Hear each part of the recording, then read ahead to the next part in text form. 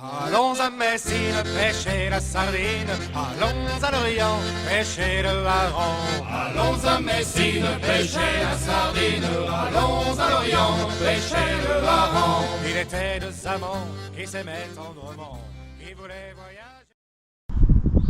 Ouais, bonjour à tous. Bon, l'hiver se termine enfin, on va bientôt pouvoir retourner à la pêche. Hein, comme on aime pas ça, on va se forcer, mais bon. Alors en début de saison, faut souvent aller chercher le poisson assez loin. 6000, c'est ce que nous autorise le permis côtier. Ça peut être intéressant d'aller au-delà des 6000, mais pour ça, il faut le hauturier. Enfin, si on veut rester dans les règles, hein, bien sûr. Le permis hauturier, déjà, il porte très mal son nom. Déjà, c'est pas un permis, c'est une extension du permis côtier. Et ensuite de ça, mais j'y reviendrai tout à l'heure, pour moi, il n'a rien de hauturier. Alors, que dit la réglementation ? Avec un permis côtier, on a droit à 6000. Mais attention, pas 6000 de la côte, 6000 d'un abri, contrairement à ce que beaucoup croient. C'est pas du tout la même chose. Alors cette notion d'abri, moi je trouve qu'elle est assez imprécise. Hein. Bon, ça après... Alors qu'est-ce qu'on risque si on se fait prendre au-delà des 6000 ? Eh bien, je vous ai trouvé un petit règlement là justement, pour donc ça serait une amende de classe 5, puisque ce sera un défaut de permis. Donc c'est autour de 1500 €. Bon, de toute façon, je pense que ça se termine au tribunal dans ces cas-là. Hein. Risque de s'ajouter à cette infraction le manque de matériel de sécurité pour les distances semi-hauturières, qui est bien spécifique aussi. Hein. Autre risque, si on dépasse franchement les limites et qu'on tombe en panne, bon, la SNSM viendra vous chercher, il n'y a pas de souci, hein, mais la facture ne sera pas forcément prise en charge par votre assureur, puisque vous êtes au-delà des limites autorisées par votre permis. Alors il y a encore quelques années, il suffisait d'immatriculer son bateau en Hollande ou en Belgique pour ne pas avoir besoin de permis et de ce fait ne pas avoir besoin de limite de distance non plus. De même, si vous avez un voilier et non pas un bateau à moteur, vous n'avez pas besoin de permis. Bon après je trouve ça un peu injuste, mais bon c'est comme ça, c'est des lois françaises, hein, de toute façon, il n'y a pas à discuter, c'est comme ça, c'est pas autrement.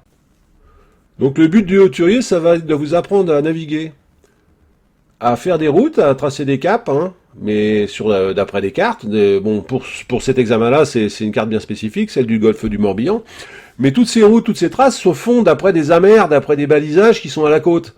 Donc à partir du moment où c'est qu'on est au large et puis qu'on n'a plus de point de repère, je vois pas quelle est l'utilité de l'hauturier. Hein. Ça sert plus à rien. À cela s'ajoute quand même qu'il faut une certaine précision dans les tracés, hein, c'est au degré près, sinon la route est fausse, les calculs sont mauvais.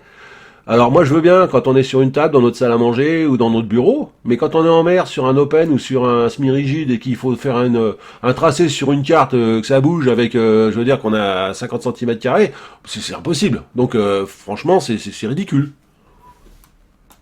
Alors comment ça se passe ce permis ? Ben, y a pas d'épreuve pratique, hein, et c'est pas un QCM non plus comme un code de la route ou permis côtier. C'est des problèmes de robinet. On vous demandera pas l'âge du capitaine, mais presque. On va calculer un horaire d'arrivée, d'après un cap, d'après des courants, d'après des marées, d'après des vents. Et on va vous demander la hauteur d'eau en arrivant. Avec une règle de 3, on peut calculer la loi des 12e. Enfin bon, tout ça, c'est un peu du pipeau. Hein. Un GPS ou une application de smartphone fait ça bien mieux que nous, bien plus rapidement et bien plus efficacement.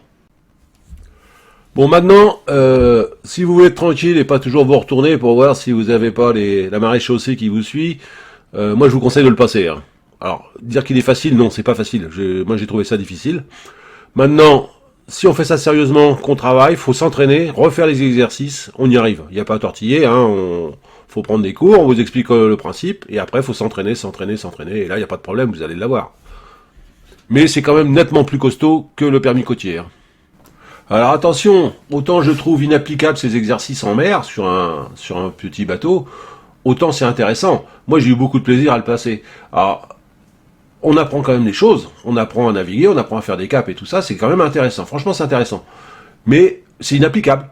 Bon, maintenant, on est censé acquérir un sens marin, un sens de l'eau, comprendre un peu mieux l'environnement. C'est peut-être pour ça que c'est pas inutile quand même.